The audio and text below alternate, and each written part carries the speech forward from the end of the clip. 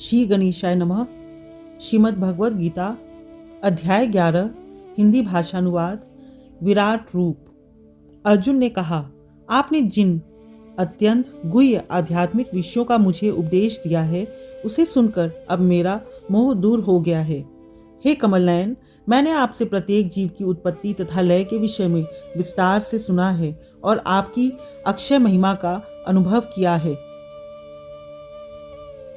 हे पुरुषोत्तम, हे परमेश्वर, यद्यपि आपको मैं अपने समक्ष आपके द्वारा वर्णित आपके वास्तविक रूप में देख रहा हूँ, किंतु मैं यह देखने का इच्छुक हूँ कि आप इस दृश्य जगत में किस प्रकार प्रविष्ट हुए हैं। मैं आपके उसी रूप का दर्शन करना चाहता हूँ। हे प्रभु, हे योगेश्वर, यदि आप सोचते हैं कि मैं आपके विश्व रूप को देखने में समर्थ हो सकता हूँ, तो कृपा करके मुझे अपना असीम विश्व रूप दिखलाइए। भगवान ने कहा, हे अर्जुन, हे पार्थ, अब तुम मेरे ऐश्वर्य को सैकड़ों हजारों प्रकार के दैवी तथा विविध रंगों वाले रूपों को देखो। हे भारत, लो तुम आदित्यों, वसुओं, रुद्रों, अश्विनी कुमारों तथा अन्य देवताओं के विभिन्न रूपों को यहाँ देखो। तुम ऐसे अनेक आश्चर्यमय रूपों को देखो जिन्हें पहले किसी ने न तो कभी देखा है न सुना है। हे अर्जुन, तुम जो भी देखना चाहो उसे तत्क्षण मेरे इस शरीर में देखो। तुम इस समय तथा भविष्य में भी जो भी देखना चाहते हो उसको यह विश्व रूप दिखाने वाला है। यहाँ एक ही स्थान पर चर अचर सब कुछ है, किंतु तुम मुझे अपनी इन आँखों से नहीं देख सकते, अतः मैं तुम्हें दिव्य आँखें दे रहा हूँ। अब मेरे योग ऐश्वर्य को देखो। संजय ने कहा, हे राजा, इस प्रकार कहकर महायोगेश्वर भगवान ने अर्जुन को अपना विश्व रूप दिखलाया। अर्जुन ने उस विश्व रूप में असंख्य मुख, असंख्य नेत्र तथा असंख्य आश्चर्यमय दृश्य देखे। यह रूप अनेक दैवी आभूषणों से अलंकृत था और अनेक दैवी हथियार उठाए हुए था। यह दैवी मालाएं तथा वस्त्र धारण किए था और उस पर अनेक दिव्य सुगंधियां लगी थीं। सब कुछ आश्चर्यमय, तेजमय, असीम तथा सर्वत्र व्याप्त था। यदि आकाश में हजारों सूर्य एक साथ उदय हों, उनका प्रकाश शायद परम पुरुष के इस विश्व रूप के तेज की समता कर सके।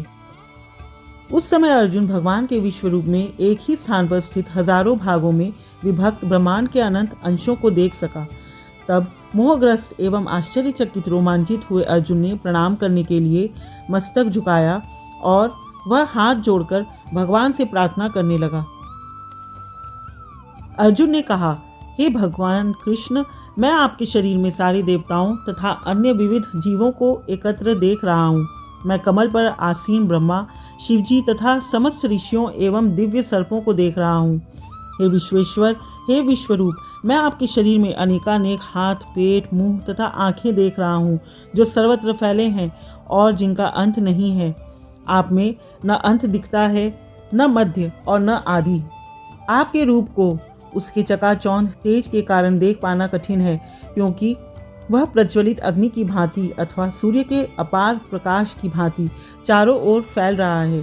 तो भी मैं इस तेजोमय रूप को सर्वत्र देख रहा हूँ, जो अनेक मुकुटों, गदाओं तथा चक्रों से विभूषित है। आप परम आद्य ज्ञेय वस्तु हैं। आप इस ब्रह्मांड के परम आधार हैं। आप अव्यय तथा पुराण पुरुष हैं। आप सनातन धर्म के पालक भगवान हैं। यही मेरा मत है। आप आदि, मध्य तथा अंत से रहित हैं। आपका यश अनंत है। आपकी असंख्य भुजाएं हैं और सूर्य तथा चंद्रमा आपकी आंखें हैं। मैं आपके मुख से प्रज्वलित अग्नि निकलते और आपके तेज से इस संपूर्ण ब्रह्मांड को जलते हुए देख रहा हूँ। यद्यपि आप एक हैं, किंतु आप आकाश तथा सारे लोकों एवं उनके बीच के समस्त अवकाश में व्याप्त हैं। हे महापुरुष, आपके इस अद्भुत तथा भयानक रूप को देखकर सारे लोग भयभीत हैं। देवों का सार समूह आपकी शरण ले रहा है और आप में प्रवेश कर रहा है। उनमें से कुछ अत्यंत भयभीत होकर हाथ जोड़े आपकी प्रार्थना कर रहे हैं। महर्षियों तथा सिद्धों के समूह कल्याण हो कहकर वैदिक स्तोत्रों का पाठ करते हुए आपकी स्तुति कर रहे हैं। शिव के विविध रूप आदित्यगण, वसु, साध्य, विश्व देव दोनों, अश्विनी कुमार, मरुदगण, पितृगण, गंधर्व, यक्ष, असुर तथा सिद्ध देव सभी आपको आश्चर्यपूर्वक देख रहे हैं। हे महाबाहु, आपके इस अनेक मुख, नेत्र, बाहु, जंघा, पांव, पेट तथा भयानक दांतों वाले विराट रूप को देखकर देवतागण सहित सभी लोग अत्यंत विचलित हैं और उन्हीं की तरह मैं भी हूँ।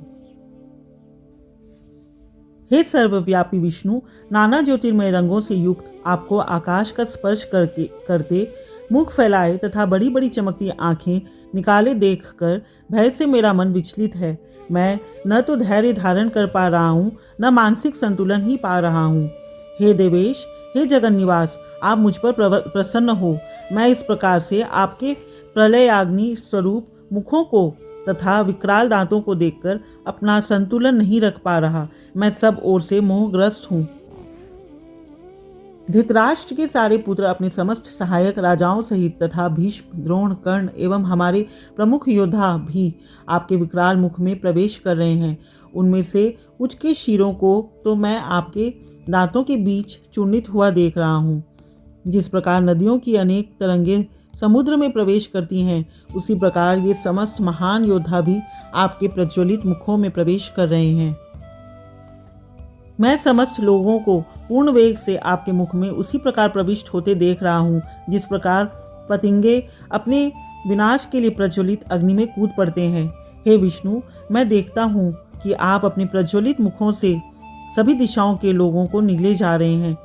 आप सारे ब्रह्मांड को अपने तेज से आपूरित करके अपनी विकराल झुलसाती किरणों सहित प्रकट हो रहे हैं।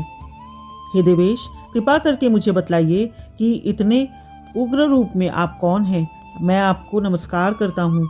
कृपा करके मुझ पर प्रसन्न हो। आप आदि भगवान हैं।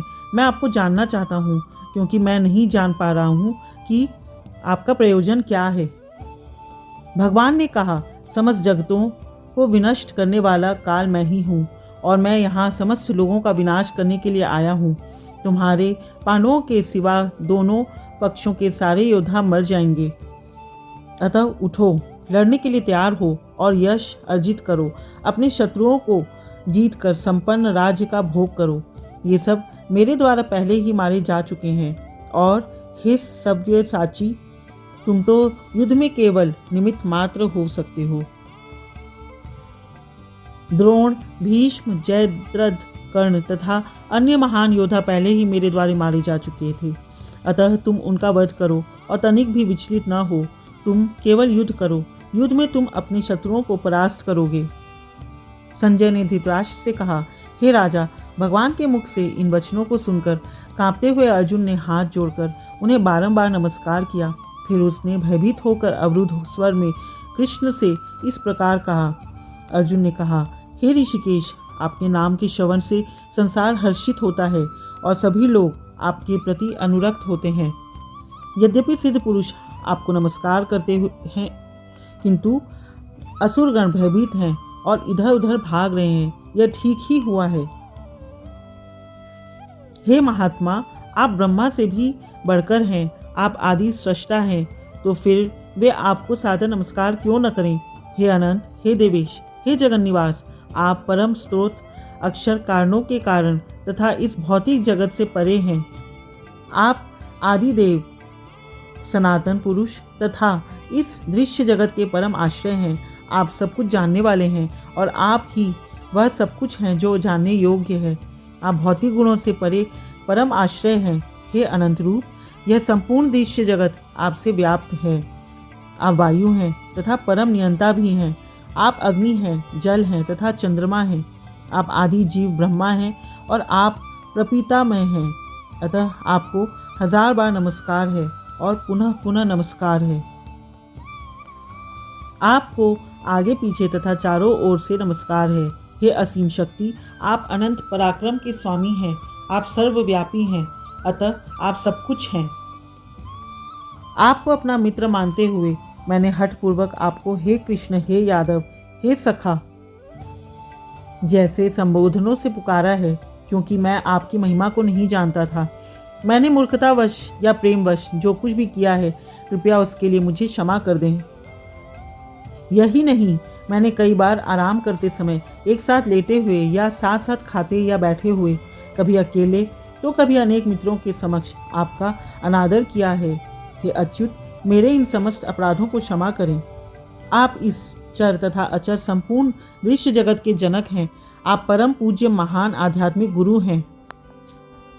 न तो कोई आपके तुल्य है, न ही कोई आपके समान हो सकता है। हे अतुल शक्ति वाले प्रभु, भला तीनों लोकों में आपसे बढ़कर कोई कैसे हो सकता है। आप प्रत्येक जीव द्वारा पूजनीय भगवान हैं, अतः मैं गिरकर सादर प्रणाम करता हूँ और आपकी कृपा की याचना करता हूँ। जिस प्रकार पिता अपने पुत्र की ढिठाई सहन करता है, या मित्र अपने मित्र की भ्रष्टता सह लेता है, या प्रिय अपनी प्रिया का अपराध सहन कर लेता है, उसी प्रकार आप कृपा करके मेरी त्रुटियों को सहन कर लें। पहले कभी न देखे गए आपके इस विराट रूप का दर्शन करके मैं पुलकित हो रहा हूँ, किंतु साथ ही मेरा मन भयभीत हो रहा है। अतः आप मुझ पर कृपा करें और हे देवेश, हे जगन निवास, अपना पुरुषोत्तम भगवत स्वरूप पुनः दिखाएं। हे विराट रूप, हे सहस्त्रभुज भगवान, मैं आपके मुकुटधारी चतुर्भुज रूप का दर्शन करना चाहता हूँ, जिसमें आप अपने चारों हाथों में शंख, चक्र, गदा तथा पद्म धारण किए हुए हो। मैं उसी रूप को देखने की इच्छा करता हूँ। भगवान ने कहा, हे अर्जुन, मैंने प्रसन्न होकर अपनी अंतरंगा शक्ति के बल पर तुम्हें इस संसार में अपने इस परम विश्व रूप का दर्शन कराया है। इसके पूर्व अन्य किसी ने इस असीम तथा तेजोमय आदि रूप को कभी नहीं देखा था। हे कुरुक्षेत्र, तुमसे पूर्व मेरे इस विश्व रूप को किसी ने नहीं देखा, क्योंकि मैं न तो वेदाध्ययन के द्वारा, न यज्ञ, दान, पुण्य या कठिन तपस्या के द्वारा इस रूप में इस संसार में देखा जा सकता हूँ। तुम मेरे इस भयानक रूप को देखकर अत्यंत विचलित एवं मोहित हो गए हो। अब इसे समाप्त करता हूँ। हे मेरे भक्त, तुम समस्त चिंताओं से पुनः मुक्त हो जाओ। तुम शांत चित्त से अब अपना इच्छित रूप देख सकते हो। संजय ने धृतराष्ट्र से कहा। अर्जुन से इस प्रकार कहने के बाद भगवान कृष्ण ने अपना असली चतुर्भुज रूप प्रकट किया और अंत में 2 भुजाओं वाला अपना रूप प्रदर्शित करके भयभीत अर्जुन को धैर्य बंधाया। जब अर्जुन ने कृष्ण को उनके आदि रूप में देखा तो कहा, हे जनार्दन, आपके इस अति सुंदर मानवीय रूप को देखकर मैं अब स्थिर चित्त हूँ और मैंने अपनी प्राकृत अवस्था प्राप्त कर ली है। श्री भगवान ने कहा, हे अर्जुन, तुम मेरे जिस रूप को इस समय देख रहे हो, उसे देख पाना अत्यंत दुष्कर है। यहाँ तक कि देवता भी इस अत्यंत प्रिय रूप को देखने की ताक में रहते हैं। तुम अपने दिव्य नेत्रों से जिस रूप का दर्शन कर रहे हो, उसे न तो वेदाध्ययन से, न कठिन तपस्या से, न दान से, न पूजा से ही जाना जा सकता है। कोई इन साधनों के द्वारा मुझे मेरे रूप में नहीं देख सकता। हे अर्जुन, केवल अनन्य भक्ति द्वारा मुझे उस रूप में समझा जा सकता है जिस रूप में मैं तुम्हारे समक्ष खड़ा हूँ, और इसी प्रकार मेरा साक्षात दर्शन भी किया जा सकता है। केवल इसी विधि से तुम मेरे ज्ञान के रहस्य को पा सकते हो। हे अर्जुन, जो व्यक्ति सकाम कर्मों तथा मनोधर्म के कलमश से मुक्त होकर मेरी शुद्ध भक्ति में तत्पर रहता है, जो मेरे लिए ही कर्म करता है, जो मुझे ही जीवन लक्ष्य समझता है और जो प्रत्येक जीव से मैत्री भाव रखता है, वह निश्चय ही मुझे प्राप्त करता है। इस प्रकार श्रीमद् भगवद गीता के 11वें अध्याय विराट रूप का भक्ति वेदांत तात्पर्य पूर्ण हुआ। श्री कृष्णार्पणमस्तु। हरिये नमः, हरिये नमः, हरिये नमः।